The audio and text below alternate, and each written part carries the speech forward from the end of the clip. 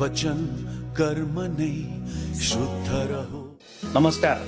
Nepal chartered accountant संस्थाका सम्पूर्ण सदस्यहरू, विद्यार्थीहरू, कर्मचारीहरू, नेपाल सरकार, सरोकारवालाहरू तथा शुभेच्छुक महानुभावहरूलाई यस संस्थाको 29औं वार्षिक उत्सवको उपलक्ष्यमा हार्दिक शुभकामना व्यक्त गर्दछु। यस गौरवपूर्ण अवसरमा 2053 साल माघ 17 गते नेपाल चार्टर्ड एकाउन्टेन्ट्स ऐन अन्तर्गत स्थापना भएको यस संस्थाले विगत 29 वर्षको अवधिमा लेखा परीक्षण तथा लेखा व्यवसायको विकास, प्रबन्धन र नियमनमा पुर्याएको योगदानलाई स्मरण गर्न चाहन्छु। यस गौरवपूर्ण अवसरमा 2053 साल माघ 17 गते नेपाल चार्टर्ड एकाउन्टेन्ट्स ऐन अन्तर्गत स्थापना भएको यस संस्थाले विगत 29 वर्षको अवधिमा लेखा परीक्षण तथा लेखा व्यवसायको विकास, प्रबन्धन र नियमनमा पुर्याएको योगदानलाई स्मरण गर्न चाहन्छु।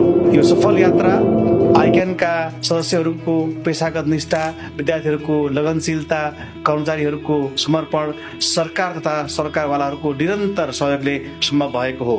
संस्थाको यो गौरवशाली यात्रामा प्रत्यक्ष वा परोक्ष रूपमा साथ दिनुहुने सम्पूर्ण महानुभावहरूमा हार्दिक आभार व्यक्त गर्दछु। यसैगरी संस्थाले आगामी दिनहरूमा पनि नवप्रवर्तन, पारदर्शिता, पेशागत नैतिकता र संस्थागत सुदृढीकरणलाई प्राथमिकतामा राख्दै विगतका उपलब्धिहरूलाई आत्मसात गर्दै र भविष्यका अवसरहरूलाई आत्मविश्वासका साथ अँगाल्दै संस्थाको तर्फबाट अझ सुदृढ, विश्वसनीय र अन्तर्राष्ट्रिय स्तरमा प्रतिस्पर्धी आइक्यान निर्माणतर्फ अघि बढ्ने प्रतिबद्धता व्यक्त गर्दछु।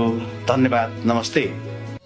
उच्च विचार राखेर तब पुनन्तु मनसा धिया, पुनन्तु मनसा धिया, पुनन्तु मनसा धिया।